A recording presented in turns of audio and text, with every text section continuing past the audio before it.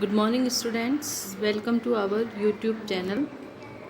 Lesson second, a room 10 by 8.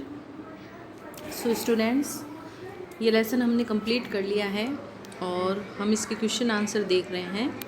तो last video में हमने जो 125 वर्ड्स क्वेश्चन होते हैं उन क्वेश्चंस को किया था.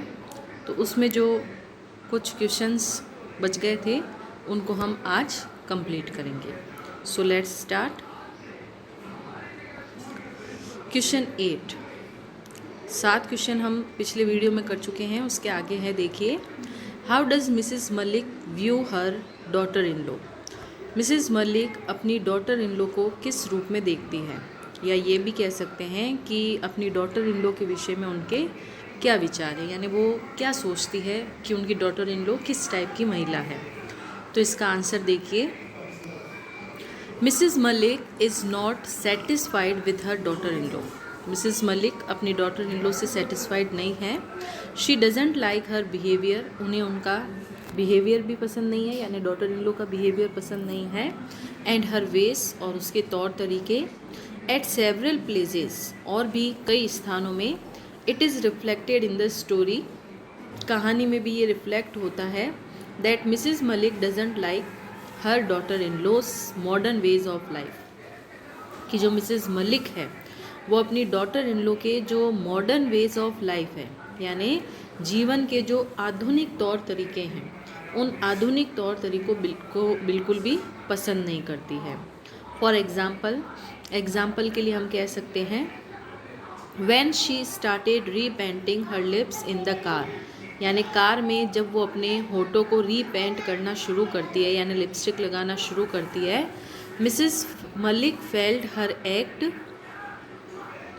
Unnecessary and unwise. तो मिसिस मलिक को लगता है कि अभी ये जो लिपस्टिक लगाना है ये उनकी डॉटर इन लॉ का जो काम है वो अननेसेसरी है, अनावश्यक है, यानी अभी उसकी आवश्यकता नहीं है. और अनवाइज है, यानी इसमें बुद्धिमत्ता नहीं है. Her conversation with her husband in English. और डॉटर इन लॉ का जो कन्वर्सेशन है अपने हस्बैंड के साथ इंग्लिश में, was an act which she didn't like. यानी इंग्लिश वाला जो एक्ट है वो भी उसे पसंद नहीं है. Mrs Malik thought that. Mrs Malik ने सोचा. She was jabbering. यानी वो जैबरिंग करती रहती है, लगातार बोलते रहती है.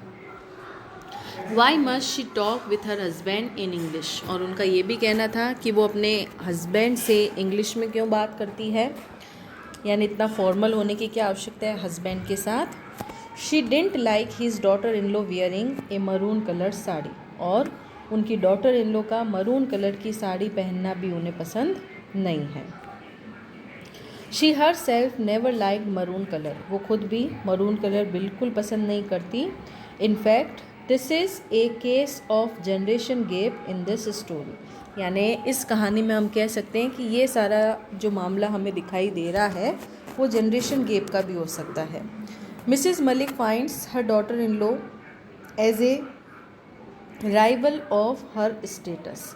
यानी मिसिज़ मलिक को ऐसा भी लगता है कि उनकी जो डॉटर इन लॉ है वो उनके स्टेटस के अनुसार उनकी राइवल है, यानी उनकी प्रतिद्वंदी है. And the newly wed young girl has no care for her mother in law's sentiments.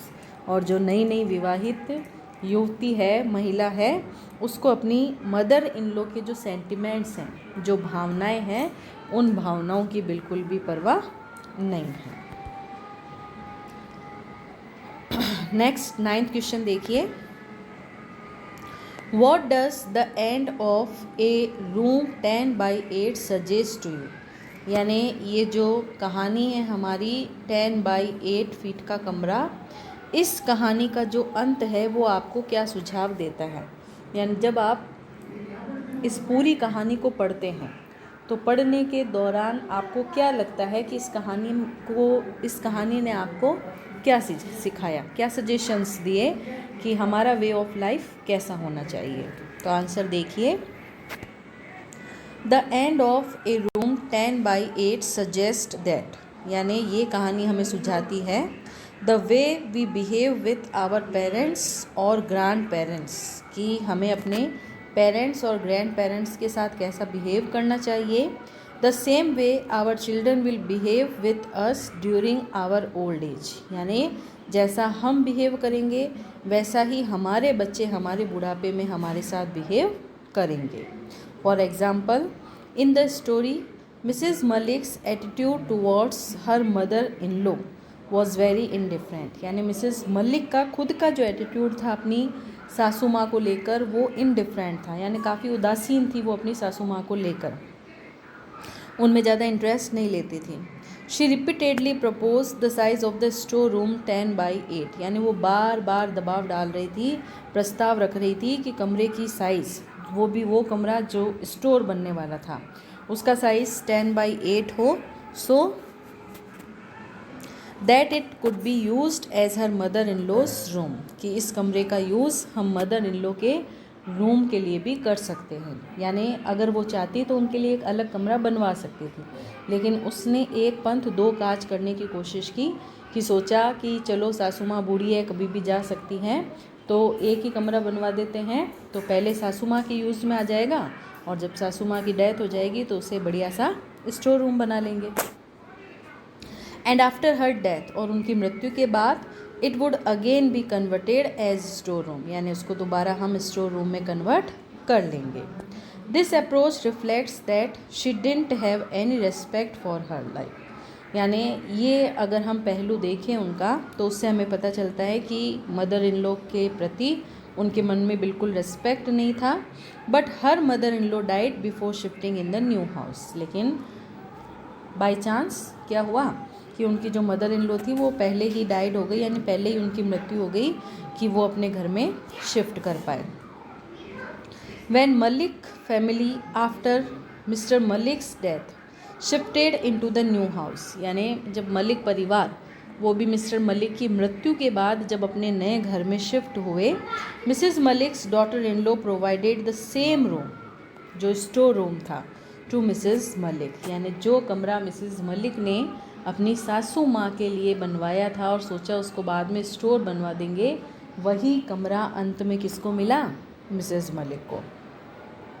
Mrs Malik reaps only what she had sown, यानी मिसेस मलिक ने वही काटा जो उन्होंने बोया, यानी जो बोया वो पाया.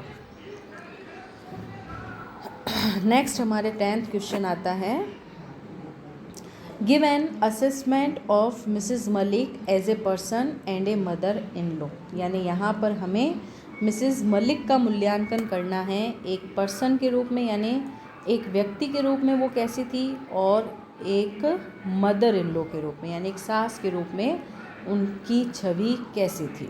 तो देखिए answer, Mrs Malik as a person, पहले देखते हैं पर्सन के रूप में वो कैसी थी. She is a hard working lady, first कि हार्ड वर्किंग लेडी थी. During the construction of her new house she would be seen standing at the side with her umbrella through out the day, यानी जब construction चल रहा था, उनके घर का निर्माण कार्य चल रहा था, तो हम उन्हें दिन भर साइट पर खड़े देख सकते थे अपना अम्ब्रेला लिए. At time she would give a hand to the masons and others, और कई बार तो ऐसा भी होता था कि वो कारीगरों की सामान को इधर से उधर रखने में भी काफ़ी मदद किया करती थी. She is A sociable lady, सामाजिक महिला थी. During construction of her new house she had developed friendly relations in the colony, यानी जब कंस्ट्रक्शन चल रहा था उस दौरान कॉलोनी में जो लोग थे, कॉलोनी के जो लोग थे उनके साथ भी उनका काफ़ी फ्रेंडली बिहेवियर था. She is a practical lady and a responsible mother. She plan to settle down permanently in Delhi, वो दिल्ली में परमानेंटली सेटल होना चाहती थी, because it was not desirable to shift the children from school to school, क्योंकि बच्चों के लिए अच्छा नहीं था कि उन्हें बार बार एक स्कूल से दूसरे स्कूल में चेंज करवाया जाए. अब बात आती है Mrs Malik as a mother in law, यानी ये तो पर्सन के रूप में हो गई, हार्ड वर्किंग थी, सोशिएबल थी, फ्रेंडली थी और प्रैक्टिकल थी. अब बात आती है कि वो एक मदर इन लॉ के रूप में कैसी थी. She is not satisfied with the ways of her daughter in law, सबसे पहली बात कि डॉटर इन लॉ के तौर तरीक़ों से वो सेटिस्फाइड नहीं थी. She feels hurt by the indifferent attitude of her daughter in law, यानी अपने डॉटर इन लॉ के इनडिफरेंट एटीट्यूड से, उदासीनता भरे व्यवहार से वो काफ़ी दुखी होती थी. Mrs Malik wishes her daughter in law to work hard as she herself did. Mrs Malik की हमेशा यही इच्छा रहती थी कि उनकी डॉटर इन लॉ भी बिल्कुल वैसे ही हार्ड वर्क करे जैसे मिसेस मलिक ने खुद अपनी लाइफ में किया है। अब आता है नेक्स्ट 11th क्वेश्चन।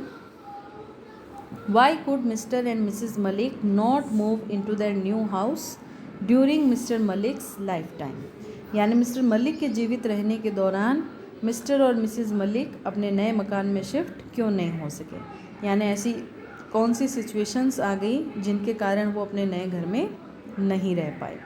तो देखिए इसका answer, Mr and Mrs Malik got their new house constructed in Delhi, यानी उन्होंने दिल्ली में अपना एक नया घर बनवाया। As they were in the midst of plans to shift, जब वो वहाँ शिफ्ट करने की योजना बना रहे थे उसी बीच they learn that the house had been acquired by the government, उनको पता चला कि उनके घर को सरकार के द्वारा अधिकृत कर लिया गया है। मिसेस मलिक वॉज फ्यूरियस, ये सुनकर मिसेस मलिक थोड़ा गुस्सा हुई। After some time Mr Malik got retired from service, कुछ समय बाद मिस्टर मलिक अपनी सेवा से निवृत्त हो गए यानी रिटायर्ड हो गए। But their house had not yet been released by the government, लेकिन अभी भी सरकार ने उनके घर को छोड़ा नहीं। Mr and Mrs Malik lived with their son and daughter in law in rented house, इसीलिए मिस्टर और मिसेस मलिक अपने बेटे और बहू के साथ एक किराए के घर में रहने लगे। Mister Malik was still fighting with the government for the release of the house, mister Malik लगातार सरकार से लड़ाई लड़ रहे थे अपने घर को छुड़वाने के लिए। व्हेन हीज एंड केम, तभी उनका अंत आ गया। ही पास्ड अवे, वो गुजर गए। नाउ विथ इन 3 months, और 3 ही महीनों में द हाउस वॉज रिलीज्ड, यानी घर को सरकार द्वारा मुक्त कर दिया गया। Thus Mr and Mrs Malik could not move into their new house, इस प्रकार मिस्टर और मिसेस मलिक अपने नए घर में नहीं जा सके during mister Malik's life time, Mr Malik के रहते हुए। Because the government released it only after he is death, क्योंकि जब सरकार ने उनके घर को रिलीज़ किया तब तक मिस्टर मलिक की मृत्यु हो चुकी थी।